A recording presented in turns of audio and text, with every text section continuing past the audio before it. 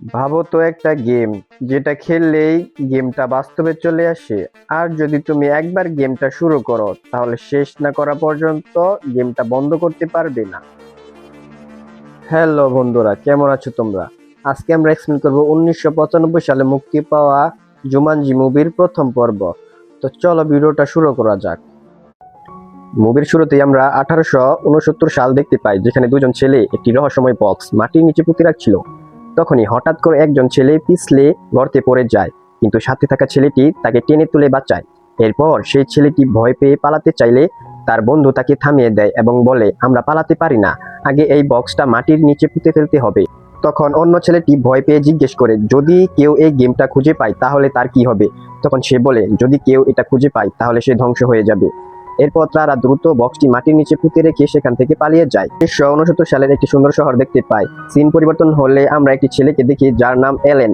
এলেন এই শহরের সবচেয়ে ধনী পরিবারের একমাত্র ছেলে, কিন্তু সে খুব শান্ত স্বভাবের এবং সবার সাথে খুব ভালো ব্যবহার করে। স্কুলের সমস্যা থাকার কারণে এলেন যখন রাস্তা দিয়ে সাইকেল চালিয়ে যাচ্ছিল, তার স্কুলে পড়া কিছু খারাপ ছেলে তাকে বিরক্ত করছিল। তাদের হাত থেকে বাঁচতে এলেন দৌড়ে তার বাবার ফ্যাক্টরিতে চলে যায়। ফ্যাক্টরিতে গিয়ে সে কাল এর সাথে দেখা করে, যে তার বাবার কোম্পানিতে কাজ করে। কাল তাকে একটি নতুন জুতা দেখায় এবং বলে, এটা ভবিষ্যৎ। আজ রাত আমি তোমার বাবাকে এটা দেখাবো, আর আমি নিশ্চিত উনি যদি একবার এটা পছন্দ করেন তাহলে পুরো পৃথিবীতে এই জুতা ছড়িয়ে পড়বে। এলেন কিছু না বলে জানালা দিয়ে বাইরে তাকায় আর দেখে সেই ছেলেগুলো এখনো তাকে খুঁজছে। হঠাৎ তার বাবা সেখানে চলে আসে। এলেন ভুল করে জুতাটি একটি মেশিনের উপর রেখে দেয়। তার বাবা এলানকে বকা দেয় এবং বলে, এটা কোনো খেলার জায়গা না। এলান চলে গেলে তার বাবা কালকে জিজ্ঞেস করে, তুমি আমাকে কি দেখাতে চাচ্ছিলে, এখন দেখাও। কিন্তু কাল তখন তার জুতাটি খুঁজে পায় না। হঠাৎ একটি মেশিন নষ্ট হয়ে যায় আর সেই মেশিনের ভিতর থেকে জুতাটা বের হয়। এলানের বাবা রেগে গিয়ে জিজ্ঞেস করে, এটা কে করেছে? এলান দূর থেকে সব দেখে কিন্তু ভয়ে কিছু বলে না, তাই কাল সব দোষ নিজের উপর নিয়ে নেয়। এরপর এলান বাড়ি ফেরার পথে আবার সেই ছেলেদের সামনে পড়ে। তারা তাকে মারধর করে এবং তার সাইকেল নিয়ে পালিয়ে যায়। মার খাওয়ার কিছুক্ষণ পর এলান হঠাৎ একটা শব্দ শুনতে পায়। সে শব্দের উৎস খুঁজতে গিয়ে দেখে শব্দটা একটা দেয়ালের ভিতর থেকে আসছে। সে দেয়াল ভেঙে একটি রহস্যময় বক্স বের করে। বক্সটি খুলে দেখে এর ভিতর একটি বোর্ড গেম। সে সেটি বাড়িতে নিয়ে আসে। বাড়িতে এসে সে যখন গেমটা দেখছিল তখন তার মা এসে পড়লে সে গেমটা আবার লুকিয়ে ফেলে। পরে আমরা দেখি সে খেতে বসেছে আর তার মা তার নতুন স্কুলে ভর্তি হওয়ার কথা বলছে। এলান এতে খুশি না, বলে, আমি আপনার মতো হতে চাই না। তার বাবা রেগে যায় আর এলান মন খারাপ করে। রাতে এলান বাড়ি থেকে পালানোর সিদ্ধান্ত নেয়। ঠিক তখনই দরজায় নক হয়। দরজা খুলে সে দেখে সারা এসেছে, যার জন্য সে আজ মার খেয়েছে। তারা কথা বলার সময় আবার সেই অদ্ভুত শব্দ শুরু হয়। তারা দুজন গিয়ে দেখে শব্দটা সেই গেম থেকে আসছে। এলান গেমটা বের করে কিন্তু ডাইস নাড়াতে পারে না। তখন সে গেমের নিয়ম পড়ে। নিয়মে লেখা ছিল, a game for those who seek to find a way to leave their world behind. এরপর সারা প্রথমে খেলতে রাজি না হলেও হঠাৎ করে গেমটা নিচ থেকে চালু হয়ে যায়। এলান ডাইস ছুড়ে দেয়। তখন গেমে একটি লেখা দেখা যায়, in the jungle you must wait. হঠাৎ করে চারপাশে ঝড় শুরু হয় আর মুহূর্তের মধ্যে এলান গেমের ভিতরে টেনে নেওয়া হয়। সারা এটা দেখে ভয় পেয়ে চিৎকার করে এবং সেখান থেকে পালিয়ে যায়। এরপর সিন চেঞ্জ হলে আমরা 26 বছর পরের সময় দেখতে পাই। একটি গাড়ি এসে থামে, যেখান থেকে জুডি এবং পিটার নামে দুই ভাই বোন নেমে আসে। তাদের বাবা মা মারা গেছে, তাই তারা তাদের খালার সাথে এই নতুন বাড়িতে থাকতে আসে। তারা বাড়ির ভিতরে ঢুকে সবকিছু ঘুরে দেখতে থাকে। এক সময় তারা উপরে ঘুরে যায় আর সেখানে তারা একটি পুরনো গেম খুঁজে পায়। এটি আর কোনো গেম নয়, এটি। তারা গেমটা খুলে দেখে আর কৌতূহল বশত খেলতে বসে। পিটার প্রথমে ডাইস ছুড়ে দেয়।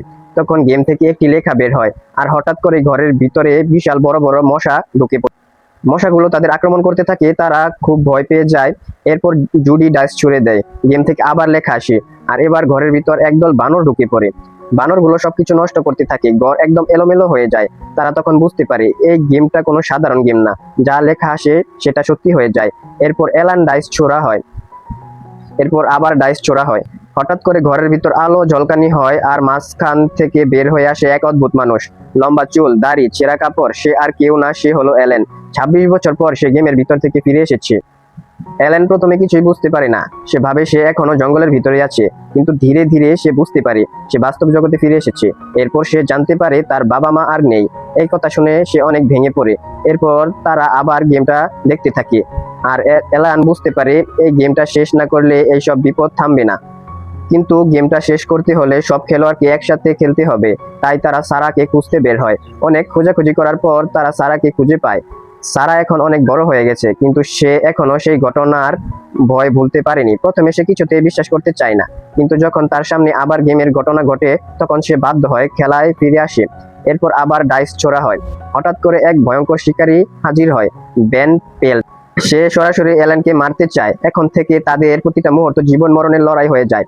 এরপর একের পর এক বিপদ আসতে থাকে।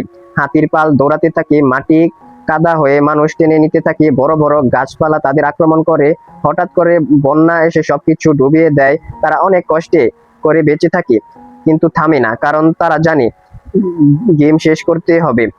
শেষে শেষে যখন সবকিছু প্রায় শেষ হয়ে যায়, বেনপ্লেট তাদের সামনে এসে দাঁড়ায়। সবাই খুব ভয় পেয়ে যায়। ঠিক তখন অ্যালান শেষবার ডাইস ছুড়ে দেয়। সবাই তাকিয়ে দেখে, তারপর সে জোরে বলে জুমানজি। এই শব্দ বলার সাথে সাথে হঠাৎ সবকিছু থেমে যায়। ঝড়, প্রাণী সবকিছু অদৃশ্য হয়ে যায়। সবকিছু আবার আগের মতো হয়ে যায়। এরপর দেখা যায় অ্যালান এবং সারা আবার সেই ছোট হয়ে গেছে। তারা আবার 1969 সালে ফিরে এসেছে। এবার তারা আগের ভুলগুলো করে না। অ্যালান তার বাবার সাথে ভালো সম্পর্ক তৈরি করে, কাল এর চাকরিও বাঁচিয়ে দেয়। এরপর